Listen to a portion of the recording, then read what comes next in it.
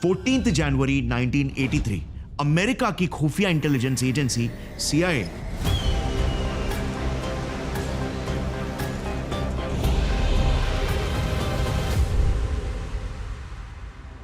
CIA ने India पर एक गुप्त इन्वेस्टिगेशन का रिपोर्ट पब्लिश किया। इसमें CIA ने हमारे बारे में एक बहुत ही कंट्रोवर्शियल खबर लिखी थी।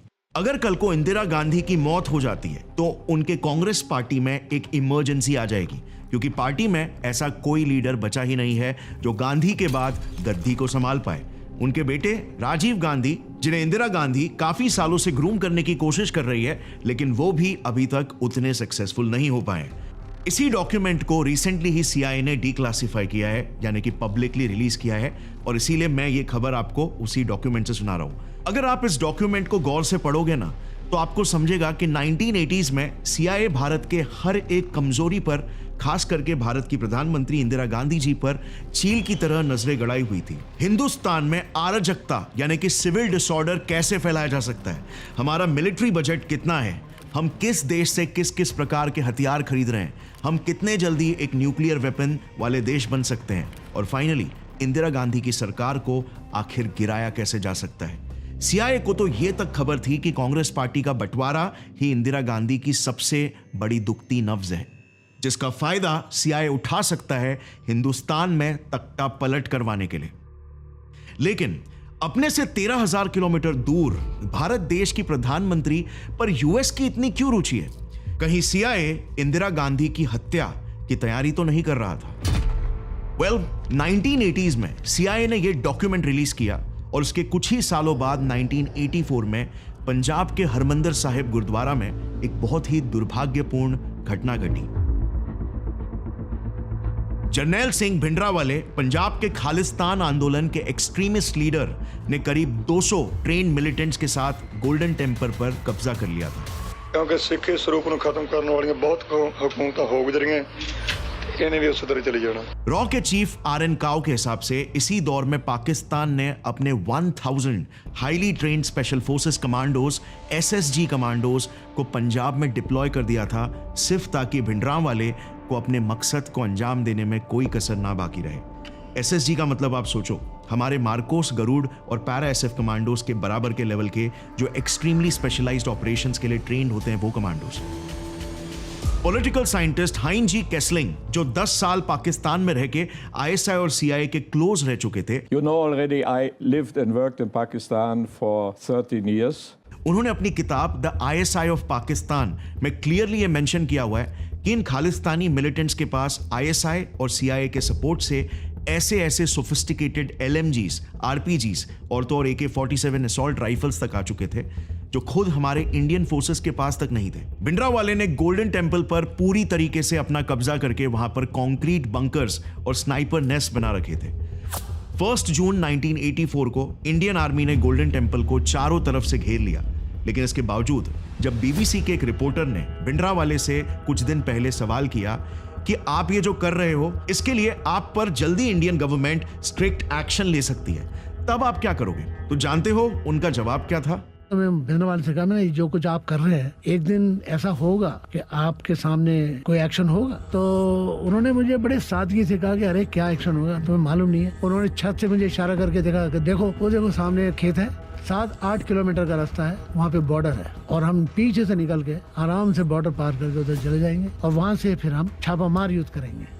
BBC के रिपोर्टर खुद कह रहे हैं कि उन्हें बड़ी हैरानी थी कि भिंडरावाले खुद एक रिपोर्टर से इतनी बेबाक बातें कर रहे थे, बिना डरे कि रिपोर्टर इस न्यूज को पब्लिश भी कर सकते हैं। बड़े कॉन्फिडेंस से उन्होंने मुझे बताया, और मुझे ये हैरानी थी कि ये शख्स मुझे ये सब कुछ बता रहा है और ट्रस्ट कर रहा है। उसने मुझसे ये भी नहीं कहा कि तुम इस बात को छापोगे नहीं। तो जाहिर सी बात है, भिंडरावाले को किसी स्ट्रॉन्ग फोर्स का हैवी सपोर्ट था, और यह सपोर्ट था पाकिस्तान के इंटेलिजेंस एजेंसी ISI का। लेकिन फिर आखिर CIA इसमें क्यों इन्वॉल्व हो रहा था? US जैसे एक सुपर पावर की सबसे एलीट एजेंसी इंडिया और पाकिस्तान जैसे दो गरीब देशों की जंग में क्यों इतनी इंटरेस्टेड थी? ये बात समझने के लिए ना हमें कहानी को थोड़ा सा रिवाइंड करके 1971 के दौर में जाना होगा, जब इंडिया ने US को एक जंग में हरा के पूरी दुनिया के सामने शर्मिंदा कर दिया था। लेकिन वो कहानी समझने से पहले मैं एक ऐसी टेक्नोलॉजी के बारे में बात करना चाहता हूं जिसके बारे में इलॉन मस्क, जेफ बेजोस से लेकर मार्क जकरबर्ग तक सारे विजनरीज हमें वार्न करते आ रहे हैं कि इस टेक्नोलॉजी की वजह से आप चाहे जिस भी फील्ड में हो, मार्केटिंग, टेक, सेल्स, एचआर या ऑपरेशंस, आपकी जॉब जल्द ही खतरे में आ सकती है। Artificial intelligence, AI. लेकिन मुझे पर्सनली लगता है, और ये हमने हमारे ऑफिस में भी देखा है, कि AI if use correctly can actually make you more efficient, hence irreplaceable. और इसीलिए एआई स्किल्स को सबके लिए और ज्यादा एक्सेसिबल बनाने के लिए एक 3 hour hands on training design किया गया है जिससे आप एक एआई मास्टर बन सकते हो। ऐसी ट्रेनिंग यूजुअली पेड होती है, लेकिन हमारे पहले 1500 व्यूअर्स के लिए ये बिल्कुल फ्री रहेगी। इस ट्रेनिंग में आप सीख सकते हो इनन्यूमरस प्रैक्टिकल लाइफ स्किल्स, जैसे एआई को लेवरेज करके जॉब्स कैसे लैंड करें, सैलरी अपने एडवांटेज में नेगोशिएट कैसे करें। अगर आप एक बिजनेसमैन हो तो एआई की मदद से आप बिजनेस स्ट्रैटेजीज कैसे फ्रेम कर सकते हो, कॉम्प्लेक्स डेटा को मिनट्स में कैसे एनालाइज कर सकते हो, और सबसे इंपॉर्टेंट, एआई से आप अपना खुद का एक ब्रांड कैसे बिल्ड कर सकते हो। इस वर्कशॉप में ऐसे 25 पावरफुल एआई टूल्स की ट्रेनिंग प्रोवाइड की जाएगी with after session extra tools and resources, जिससे आप चाहे किसी भी फील्ड में हो, you can definitely become more efficient at your job. I personally feel अभी एकदम सही टाइम है एआई स्किल्स को सीख के अपने करियर को बूस्ट करने का। इस वर्कशॉप से 1 मिलियन लोग एक्चुअली ये कर भी चुके हैं। So definitely consider checking it out. Link मैंने डिस्क्रिप्शन में डाल दिया है और पिन कमेंट्स में भी। So register and join their WhatsApp group for regular updates. और अब वापस से लौट आते हैं हमारे मेन वीडियो पर। इस वीडियो के पहले part ISI versus raw part 1 में हमने जाना कि आईएसआई की शुरुआत कैसे एक ब्रिटिश ऑफिसर मेजर जनरल कॉथॉर्न ने की थी, और शुरुआत के कई सालों तक ब्रिटिश इंटेलिजेंस एजेंसी M15 और M16 ने आईएसआई को हेवी फंड्स दी, उन्हें ट्रेन करके रॉ के खिलाफ खड़ा किया। Raw on the other hand ISI के जन्म के 20 सालों बाद पैदा हुआ था, लेकिन इसके बावजूद हमने आईएसआई के कई ऑपरेशंस जैसे ऑपरेशन गिब्राल्टार, नॉर्थ ईस्ट इंसर्जेंसीज और ऑपरेशन सर्चलाइट को काउंटर किया।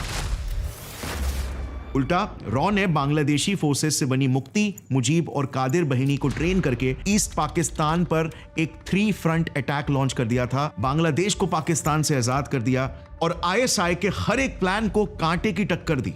अब इस जंग से एक तरफ हम जीत तो गए, लेकिन दूसरी तरफ हमने एक दुश्मन पाल लिया था, CIA। एक्चुअली में 1971 का वॉर सिर्फ इंडिया और पाकिस्तान के बीच नहीं, बल्कि असली जंग तो यूएसए और यूएसएसआर के बीच लड़ी जा रही थी, द इनफेमस कोल्ड वॉर, जिसमें जाहिर है यूएस का अंधा सपोर्ट था पाकिस्तान को। इसीलिए बांग्लादेश लिबरेशन वॉर में 11 दिसंबर 1971 के दिन यूएस ने अपनी नेवी की 7th फ्लीट के साथ world's largest warship 75,000 ton nuclear powered aircraft carrier USS Enterprise को पैसिफिक ओशन से इंडियन ओशन के लिए डिप्लॉय कर दिया था। यूएस का सिर्फ एक ही मकसद था, इंडिया को अपनी मिलिट्री माइट दिखाकर डराना, धमकाना, ताकि इंडिया ईस्ट पाकिस्तान से अपने फोर्सेस को रिट्रैक्ट करवा ले। लेकिन इस बार हमें इस जंग में यूएस के इन्वॉल्वमेंट की भनक पहले से ही लग चुकी थी, और इसीलिए इसके बस 2 दिन पहले 9 अगस्त 1971 के दिन इंडिया ने बड़े ही स्ट्रेटेजिकली यूएसएसआर के साथ treaty of peace, friendship and cooperation sign कर लिया था, जिससे अब हमारे पास भी सोवियत का स्ट्रॉन्ग बैकिंग था। सो जैसे यूएस के war vessels Indian Ocean region में पहुंचे, यूएसएसआर ने भी अपने मिसाइल क्रूजर्स, मिसाइल डिस्ट्रॉयर्स और तो और एक न्यूक्लियर पावर्ड सबमरीन तक डिप्लॉय कर दिया यूएस के स्वागत में। अब इसके आगे की कहानी तो आपको पता ही है। पाकिस्तान यूएस बैक्ड होने के बावजूद भी उनके पास इंडिया के सामने हार मान के सरेंडर करने के सिवाय और कोई रास्ता नहीं बचा। बट पाकिस्तान के अलावा यूएस के लिए भी ये एक बहुत ही बड़ा हार था ग्लोबल प्लेटफॉर्म पर। इनफैक्ट हार से भी ज्यादा 1971 वॉर यूएस के लिए ग्लोबल एम्बैरेसमेंट बन गया था, और इसीलिए now this war had become personal for USA.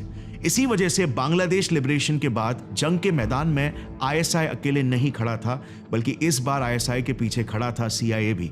दोनों का भी मकसद सिर्फ एक था, एलिमिनेशन ऑफ रॉ। और इंडिया पर पहला वार करने के लिए आईएसआई ने बड़े ही स्ट्रेटेजिकली बांग्लादेश को अपना निशाना बनाया। देखो, किसी भी जंग में ना जीत सिर्फ ऑपोजिशन की वल्नरेबिलिटीज को एक्सप्लॉइट करके ही नहीं, बल्कि ऑपोजिशन की सबसे बड़ी ताकत को उसकी सबसे बड़ी कमजोरी बना के भी की जाती है। और इस बार इंडिया के केस में आईएसआई और CIA ने एग्जैक्टली वही किया। उन्होंने सबसे पहले इंडिया के जितने भी पड़ोसी देश थे ना, उन सब में एंटी इंडिया सेंटिमेंट्स भरकर चारों तरफ से इंडिया को आइसोलेट करने की कोशिश की।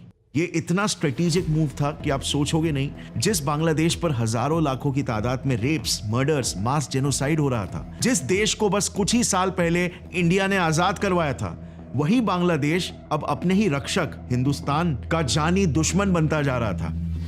15 अगस्त 1975 सुबह 3 से 5 बजे के बीच बांग्लादेश के फाउंडिंग फादर और first president Sheikh Mujibur Rahman के घर में कुछ आर्मी ऑफिसर्स ने घुसकर ओपन फायरिंग शुरू कर दी।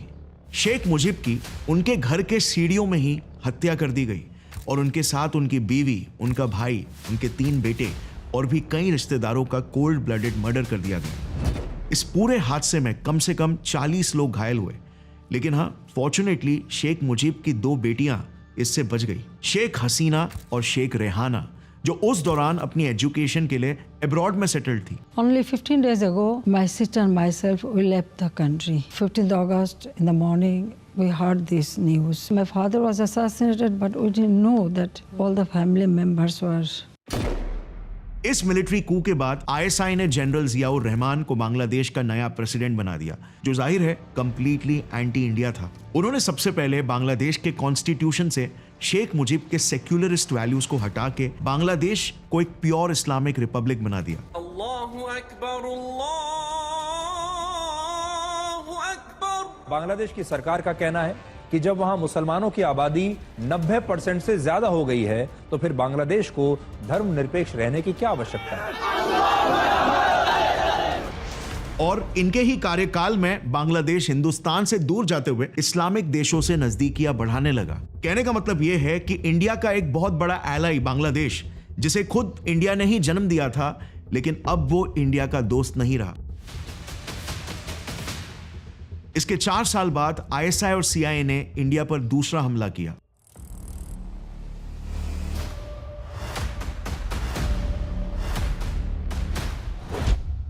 अफगानिस्तान उन कुछ चुनिंदा इस्लामिक देशों में से था जिसके शुरुआत से ही इंडिया के साथ काफी अच्छे रिश्ते थे। एक तो दोनों देशों के बीच हिस्टोरिकली ही ट्रेड टाइज स्ट्रॉन्ग थे, ऊपर से इंडिया वो इकलौती साउथ एशियन कंट्री थी जो सोवियत अफगान वॉर के बाद यूएसएसआर बैक्ड मोहम्मद नजीबुल्लाह की रॉयल गवर्नमेंट को रिकॉग्नाइज करती थी। दोनों देशों के बीच 1950 से ही एक फ्रेंडशिप ट्रीटी भी साइन हो रखी थी, जिस वजह से इंडिया और Afghanistan were like close allies.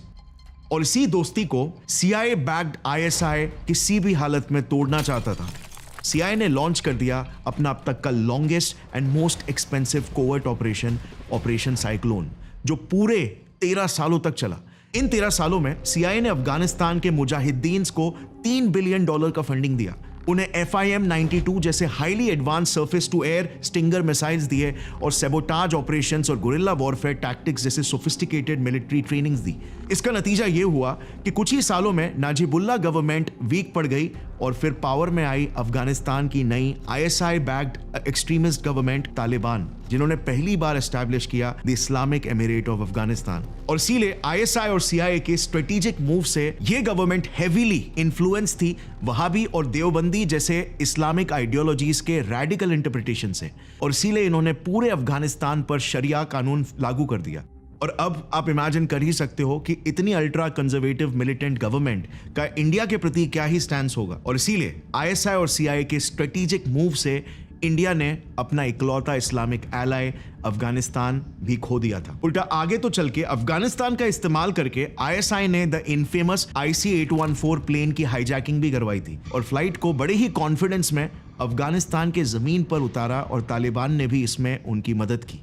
ISI ने फिर श्रीलंका, म्यांमार और भूटान जैसे देशों के रिबेल्स को भी फंड किया और उन्हें ट्रेन करके उन्हें नॉर्थ ईस्ट के इंसर्जेंसीज में डिप्लॉय करना स्टार्ट कर दिया, जिससे उन रीजन्स में भी इंडिया मिलिटरीली ऑक्यूपाइड हो गया। अब जब आईएसआई इंडिया के नेबरिंग देशों में इतनी तबाही मचा सकता है, सीआईए के मदद से वो सरकारें गिरा सकता है, तो क्या यही आईएसआई अपने सबसे कीमती कोहिनूर हीरे कश्मीर की घाटी को छोड़ेगा क्या, जिसके लिए ही तो ये पूरी लड़ाई की शुरुआत हुई थी। और इस बार तो कश्मीर को जीतने के लिए आईएसआई के पास सिर्फ ब्रिटेन का ही नहीं बल्कि अमेरिका का भी सपोर्ट था, और दुगना सपोर्ट मतलब दुगनी फंडिंग। ऑफिशियल रिकॉर्ड्स में मेंशन्ड है कि सीआईए ने आईएसआई को $8 बिलियन की हेफ्टी फंडिंग दी थी, जिसको पाकिस्तानी पीएम परवेज मुशर्रफ ने भी ओपन मीडिया में छाती ठोक कर एडमिट किया है कि हाँ, उन्होंने इस यूएस एड्स को भारत के खिलाफ इस्तेमाल किया है। इनफैक्ट उसी दौर में जब इंडिया को ग्लोबली आइसोलेट किया जा रहा था, तब CIA ISI के साथ इस लेवल पर इंडियन पॉलिटिक्स में इन्वॉल्व हो गया था कि दिल्ली के US एम्बेसी के बाहर इंडियंस ने एंटी CIA प्रोटेस्ट तक लॉन्च कर दिए थे।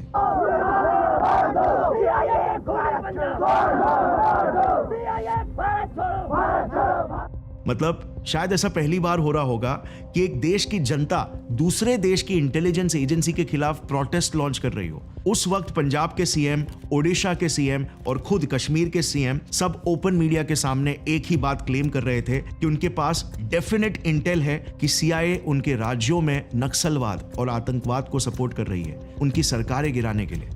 सो इस बार CIA के सपोर्ट, फंडिंग और इंटेल के साथ ISI ने दोबारा से इंडिया पर लॉन्च कर दिया अपना मिशन ऑपरेशन K2।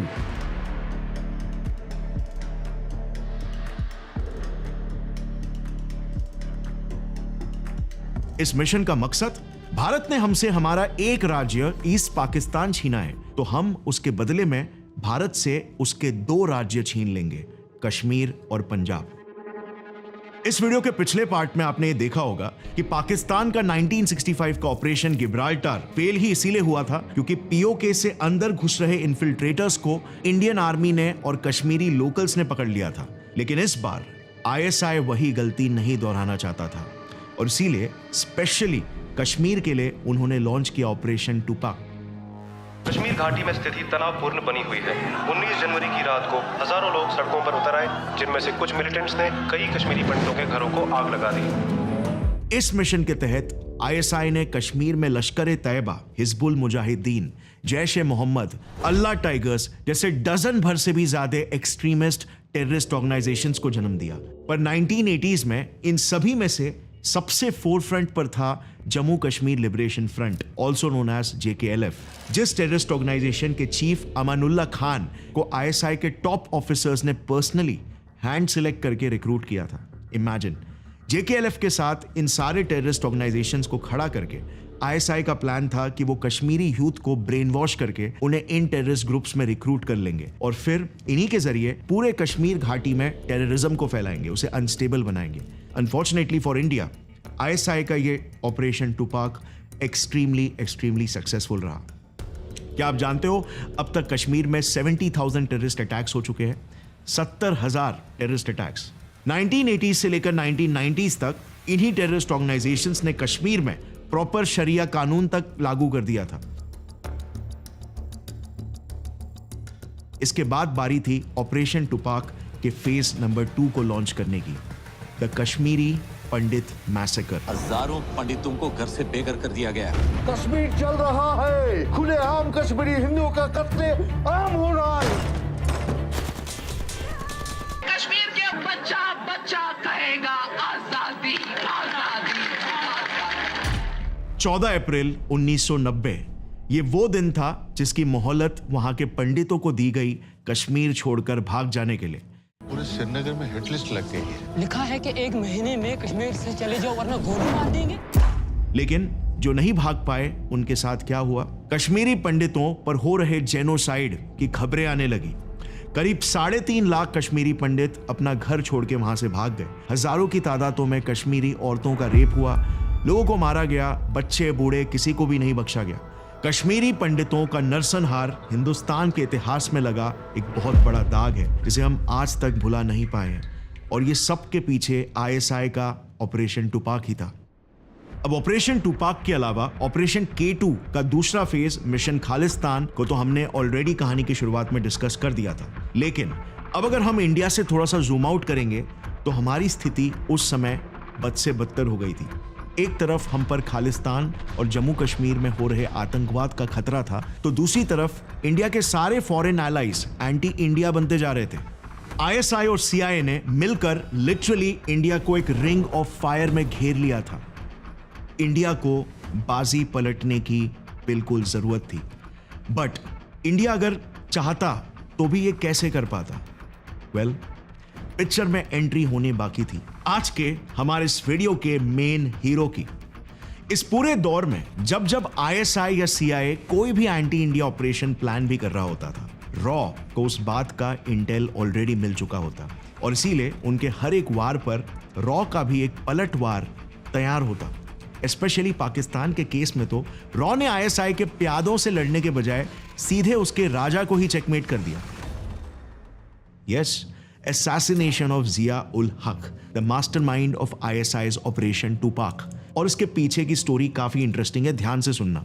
1988 में खबर आई कि पाकिस्तान के प्रेसिडेंट जिया उल हक और उनके साथ US ambassador to Pakistan Arnold Lewis Raphel की एक प्लेन क्रैश में मौत हो गई। लेकिन ये खबर सही थी, मगर ये सिर्फ आधी सच्चाई थी, क्योंकि इसके कई सालों बाद टर्किश न्यूज को दिए एक एक्सक्लूसिव इंटरव्यू में जिया के बेटे एजाजुल हक ने खुद ये रिवील किया कि रॉ ने मुसाद के साथ मिलकर एक पाकिस्तानी एयरफोर्स ऑफिसर को हायर किया था, जिसने प्लेन में मौजूद कुछ मैंगो क्रेट्स में बॉम्ब को प्लांट कर दिया था। There was an Air Force officer who was arrested for espionage. He was working as a spy, espionage for Pakistan, against Pakistan. And he was in the Air Force. Similar claim US ambassador in India John dean ने भी publicly किया था कि जिया की death कोई plane accident नहीं है, बल्कि एक प्लान्ड असैसिनेशन था, जिसको रॉ ने केजीबी और मोसाद के साथ मिलकर प्लान किया था। और भूलो मत, इस हादसे में यूएस एम्बेसडर टू पाकिस्तान की भी मौत हुई थी, जो आईएसआई के साथ सीआईए के लिए भी एक मुंह तोड़ जवाब था। सो एक तरफ जहां आईएसआई पंजाब और कश्मीर में ही उलझी हुई थी, रॉ ने इस पूरे मिशन के ब्रेन चाइल्ड जिया उल हक पर ही अपना निशाना साध दिया। रॉ ने अपना अगला हमला किया एक ऐसे राज्य पर जो पाकिस्तान का ऑलमोस्ट 50% हिस्सा है, बलूचिस्तान। जैसे आईएसआई ने बराबर इंडिया की दुखती नब्ज पंजाब को पकड़कर वहां पर सेपरेटिज्म को भड़काया, ठीक वैसे ही रॉ ने भी पाकिस्तान के बलोची रिबेल्स यानी बलोच लिबरेशन आर्मी BLA को सपोर्ट करना स्टार्ट कर दिया। रॉ ने बलोची रिबेल्स को हथियार दिए, उनको ट्रेनिंग कैंप्स खोल के दिए और हर मेंबर को $US में सैलरीज देकर आईएसआई के खिलाफ हायर कर लिया। अगेन रॉ की ये स्ट्रैटेजी भी एक्सट्रीमली सक्सेसफुल रही। इनफैक्ट आज तक BLA ने पाकिस्तान के नाक में दम करके रखा हुआ है। The motive of our attack was very clear.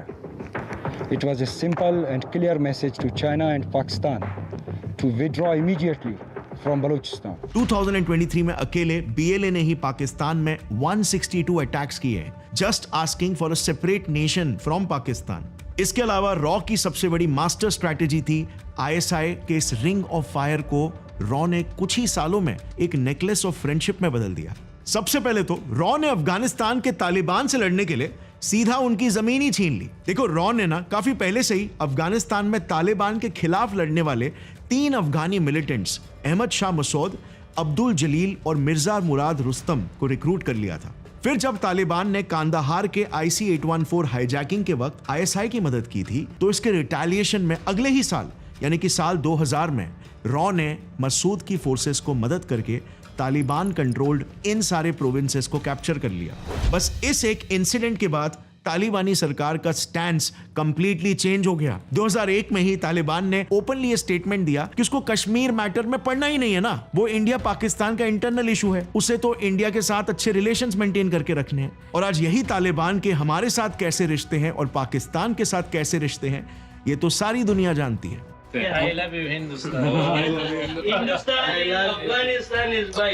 Afghanistan और हिंदुस्तान का दुनिया में मिसाल दिया जाता है कि दोस्त है। दोस्त का मतलब होता है भाई। इंसान हमारा दुश्मन है, उस तरफ तुम मारो, इस तरफ मैं मारता है। फिर बारी थी नेपाल की। याद है, नेपाल के राजा महेंद्र ने उनकी जमीन भारत के खिलाफ इस्तेमाल होने दी थी, और इस बात के लिए तो रॉ ने नेपाल के राजा को ही बदल दिया। रॉ ने तख्ता पलट करवा के वहां पर नेपाली कांग्रेस की सरकार को पावर में ला दिया। इस ऑपरेशन पर वैसे मैंने ऑलरेडी एक डेडिकेटेड वीडियो बना रखा है, सो अगर आप उसे डिटेल में देखना चाहेंगे तो आप यहां पर वीडियो के बाद आई बटन पर क्लिक कर सकते हो। अब 1996 में रॉ ने बांग्लादेश के अंदर भी एक बढ़िया गेम खेला। रॉ शेख हसीना की प्रो इंडिया गवर्नमेंट अंदर लेके आ गई। I feel it's people's victory. People fought for their voting right. Myanmar के रिबेल्स को काबू करने के लिए रॉ ने ऑपरेशन लीच लॉन्च करके सीधे मिलिटेंट्स के लीडर को ही पकड़ लिया। ऐसे ही जिन जिन देशों में सीआईए और आईएसआई ने मिलकर एंटी इंडिया सेंटिमेंट्स या एंटी इंडिया गवर्नमेंट लाने की कोशिश की थी, रॉ ने उन कू अटेम्प्ट्स को फेल करके उन सारे देशों में प्रो इंडिया गवर्नमेंट स्थापित कर दिया। मॉरिशस में ऑपरेशन लाल डोरा करवा के पीएम अनिरुद्ध जगनॉथ को प्लेस कर दिया गया। मालदीव्स में ऑपरेशन कैक्टस से रॉ ने मोहम्मद गयूम की सरकार बचाई। शेचिलीज में ऑपरेशन फ्लावर्स आर ब्लूमिंग करके रॉ ने एल्बर्ट रेनी के खिलाफ हुए कू अटेम्प्ट को रोक दिया। और इसीलिए रॉ के इन सारे ऑपरेशंस के बाद अब इंडिया को जूम आउट करने पर मैप कुछ ऐसा दिखने लग गया था। अच्छा, पूरे देश में ना बढ़ते खालिस्तानी और कश्मीरी आतंकवाद को काबू में लाने के लिए रॉ ने एक काफी यूनिक दाव खेला। रॉ ने 2 टीमें बनाई और उन्हें पाकिस्तान के अंदर डिप्लॉय कर दिया, टीम एक्स और टीम जे। ये टीम्स आईएसआई के हर अटैक को ईंट का जवाब पत्थर से देने लग गए और काइंड ऑफ इन अ वे पाकिस्तान के हाथ को कसने लग गए। अब इसमें भी मैं ज्यादा डिटेल में नहीं जाऊंगा क्योंकि मैंने ऑलरेडी इस वीडियो को कवर कर लिया है, जो आप यहां पर आई बटन दबाकर देख सकते हो। बट एक लाइन में अगर मैं बोलूं तो रॉ ने लिटरली आईएसआई को रुला दिया था। लिटरली आईएसआई चीफ हमीद गुल ने जॉर्डेनियन किंग हसन बिन तलाल के सामने हाथ जोड़कर कहा कि प्लीज आप इंडिया को समझाओ कि इसके आगे हम भारत पर एक भी टेररिस्ट अटैक नहीं करेंगे, बॉम्ब ब्लास्ट नहीं करेंगे, बस आप पाकिस्तान में हो रहे अटैक्स को किसी भी तरीके से रुकवा दो। लेकिन इन सारे ऑपरेशंस में से रॉ की जो सबसे बड़ी कामयाबी थी ना, वो थी आईएसआई और उसके दूसरे बिगेस्ट सपोर्टर के बीच ही दरार ला देना। आईएसआई वर्सेस रॉ से आईएसआई वर्सेस सीआईए करवा देना। यस, ये एक्चुअली में पूरी कहानी का एक बहुत ही अहम पड़ाव था, जिसके बाद वही सीआईए जो अंधाधुंध आईएसआई को फंडिंग, ट्रेनिंग्स, यहां तक कि इंटेल प्रोवाइड कर रही थी, उसी सीआईए ने पाकिस्तान को ग्लोबली FATF में ब्लैकलिस्ट करवा दिया एज अ टेररिस्ट नेशन। 11 सितंबर 2001 6:16 रेडिकल इस्लामिक टेररिस्ट ने हाईजैक प्लेन्स को यूएस के ट्विन टावर्स, पेंटागन और पेनिसिल्वेनिया फील्ड में क्रैश करवा दिया। करीब 3000 मासूम अमेरिकन मारे गए और इस पूरे अटैक के पीछे था एक शख्स, Osama bin Laden, founder of al-Qaeda. तो जाहिर है यूएस ओसामा को किसी भी हालत में ढूंढने के लिए बेताब थी, लेकिन आईएसआई ने ओसामा को अपने ही देश में छुपा के रखा हुआ था। अब इसी दौरान इलियास कश्मीरी नाम का एक टेररिस्ट था जो ओसामा से काफी क्लोज था और वो एबटाबाद पाकिस्तान में जाके उससे अक्सर मिलते भी रहता था और ये टिप रॉ के हाथ लग चुकी थी। रॉ ने फिर चुपचाप ये इंटेल यूएस को दे दिया और उसके बाद की कहानी तो हम सभी जानते हैं।